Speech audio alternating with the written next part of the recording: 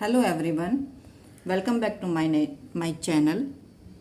अब जैसा कि आप जानते हैं कि पिछली बार हमने यहाँ फोटोसिंथेसिस तक क्लास 7th का ये चैप्टर कंप्लीट कर चुके हैं और हमारा न्यू टॉपिक है हमारी एक्टिविटी। और इस एक्टिविटी में आयोडीन टेस्ट है।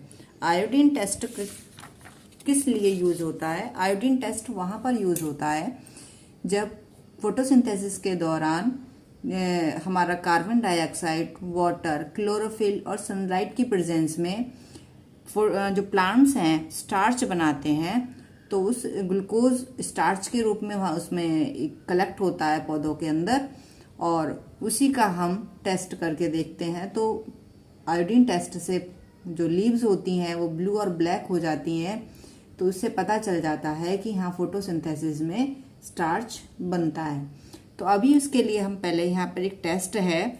इस टेस्ट में क्या करेंगे, हम पौधे को एक पत्ती पर ब्लैक कलर की स्ट्रिप लगा करके उसको रख देंगे 2-3 दिन के लिए। तो यहाँ पर हम देखेंगे जहाँ पर ये ब्लैक कलर की स्ट्रिप लगी हुई है वहाँ पर सनलाइट नहीं पड़ेगी, उस लीव्स के इस पार्ट पर सनलाइट नहीं पड़ेगी। जब सनलाइट नहीं पड़ेगी तो यहाँ पर हमारा क्या बोलते हैं, मतलब स्टार्च का निर्माण नहीं होगा और बाकी पार्ट पर स्टार्च का निर्माण होगा। इसलिए जब हम इसका आयोडीन टेस्ट करते हैं, और आयोडीन टेस्ट के लिए क्या करते हैं, पहले हम इन लीव्स को जो भी हम इसके लिए टेस्ट के लिए तैयार करते हैं उसको पहले हम अल्कोहल में उबालते हैं और फिर इसको टैप वाटर से धोने के बाद उसके पर हम कुछ आयोडीन की बूंदें डालेंगे। तो वो जहाँ पर स्टार्च होता है वो पार्ट हमारा ब्लू ब्लैक हो जाता है और बाकी का जहाँ पर स्टार्च नहीं बनी थी, जो हमने पार्ट हमने इससे स्ट्रिप से ढक दिया था, वो पार्ट नहीं ब्लैक होता, वो उसका चेंज कलर नहीं होता है। इसलिए इससे क्या साबित होता है, इससे ये प्रूफ होता है कि पौधे फोटोसिंथेसिस के दौरान स्टार्च का निर्माण करते हैं और जिसके लिए सनलाइट नेसेसरी होती है। ये हमारा रहा आयोडीन टेस्ट। अब अच्छा हम यहाँ पर देखते हैं कि कुछ पत्तियाँ जो हमारे कुछ प्लांट्स की जो पत्तियाँ होती हैं वो हम देखते हैं कि कलरफुल होती हैं। तो क्या इनमें फोटोसिंथेसिस की प्रोसेस नहीं होती? नहीं होती है, बट क्यों नहीं है? थोड़ा इसमें क्या होता है, ये जो कलर होता है, ये हमारा जो कलर है, ये ब्राउन, रेड, बाकी जितने भी पिगमेंट्स के होते हैं, जो ये एक एज ए मास्क होते हैं।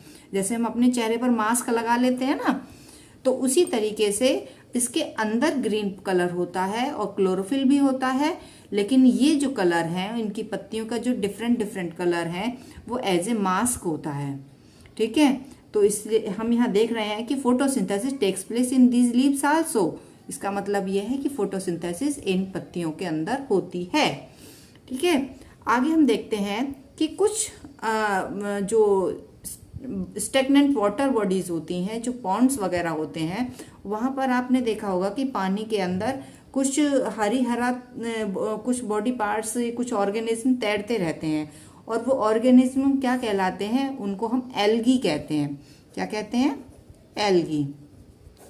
एल्गी भी ग्रीन कलर की होती है और इसमें भी ये भी फोटोसिंथेसिस की प्रोसेस करती है और इसके अंदर भी क्लोरोफिल होता है, इसलिए ये भी अपना खाना खुद बनाती है। क्लियर? अब हम देखते हैं, हमारा आ जाता है यहाँ पर हमारा nutrition in other mode in of nutrition in plants, यानी हेटरोट्रोफिक न्यूट्रिशन। ऑटोट्रोफिक न्यूट्रिशन में तो हमने अभी पढ़ा ही था कि ऑटोट्रोफिक तो था जिसमें कि प्लांट्स अपना खाना खुद बनाते हैं। ऑटो मीन्स खुद, स्वयं। ठीक है, अब और हेटरोट्रोफिक जो होता है, हेटरोट्रोफिक में क्या होता है, इसमें खाना जो भी प्लांट्स पर डिपेंड होते हैं खाने के लिए कोई भी ऑर्गेनिज्म किसी दूसरी ऑर्गेनिज्म पर डिपेंड होता है, वो हेटरोट्रोफिक मोड ऑफ न्यूट्रिशन होता है।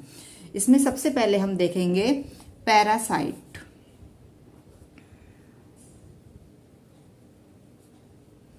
इसमें एग्जाम्पल हम देखेंगे। एग्जाम्पल है सबसे पहला कसकटा। कसकटा को हम अपनी कॉमन लैंग्वेज में अमरबेल भी कहते हैं। कॉमन लैंग्वेज में क्या कहते हैं? अमरबेल। आपने देखा होगा कि पौधों के ऊपर ऐसी ग्रीन या येलोइश जो झाड़ टाइप की लगी हुई होती है, ये अमरबेल होती है। इस तरीके से चढ़ी हुई होती है और ये येलो येलो ये इस प्लांट के ऊपर चढ़ी हुई है और ये अपना खाना, ये अमरबेल जो है अपना खाना खुद नहीं बनाती है।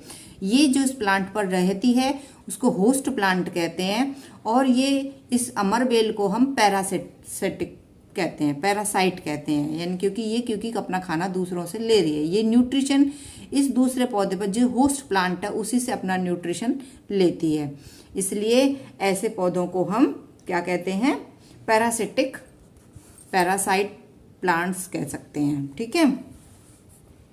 अब हमारे पास दूसरा प्लांट्स है ये इंसेक्टिवोरस। दूसरे क्या हैं? इंसेक्टिवोरस।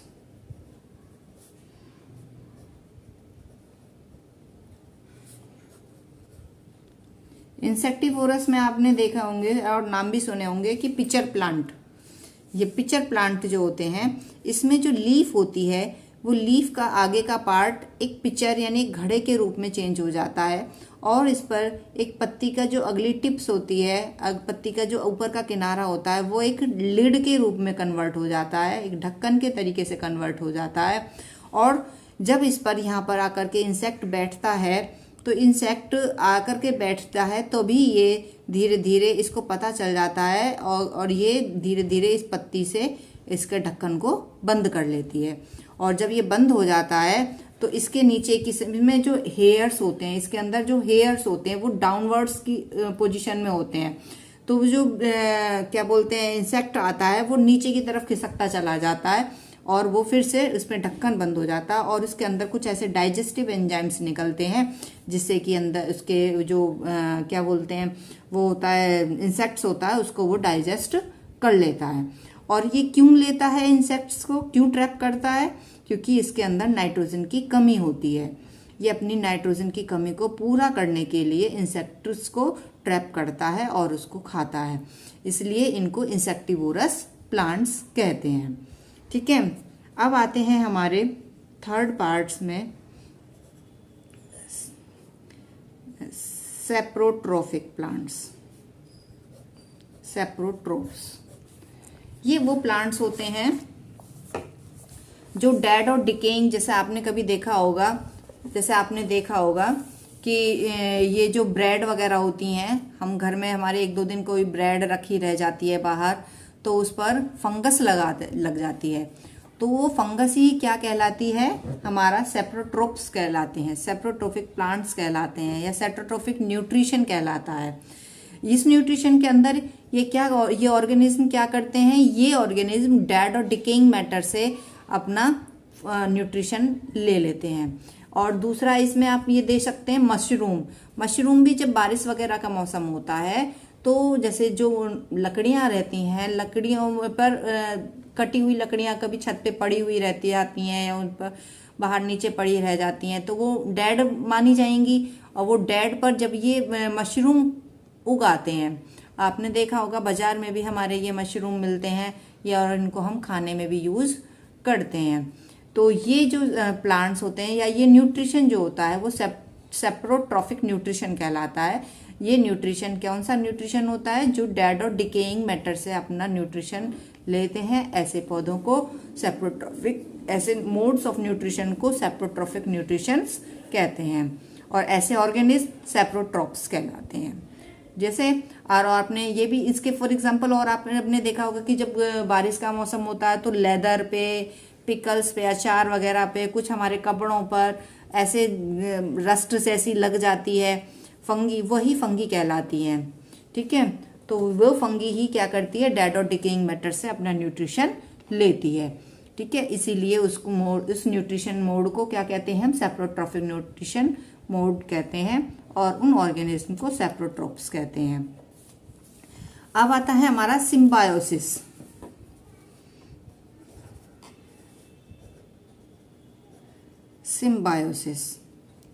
सिम्बायोसिस का मतलब है सहजीवन यानी साथ जीना।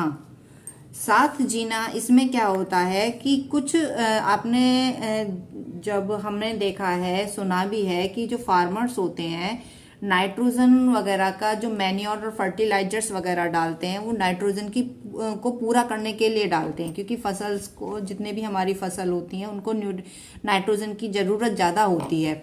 तो उस समय पर या तो अगर मैन्योर वगैरह ना डालें, तो अगर हम उसमें कोई भी लेग्यूम्स, जो प्रजाति के जो पौधे हैं, यानी कोई भी दाल वाले जो पौधे हैं, उसको अगर हम फसल में उगा देते हैं तो उनकी जड़ों में एक राइजोबियम नाम का बैक्टीरिया पाया जाता है।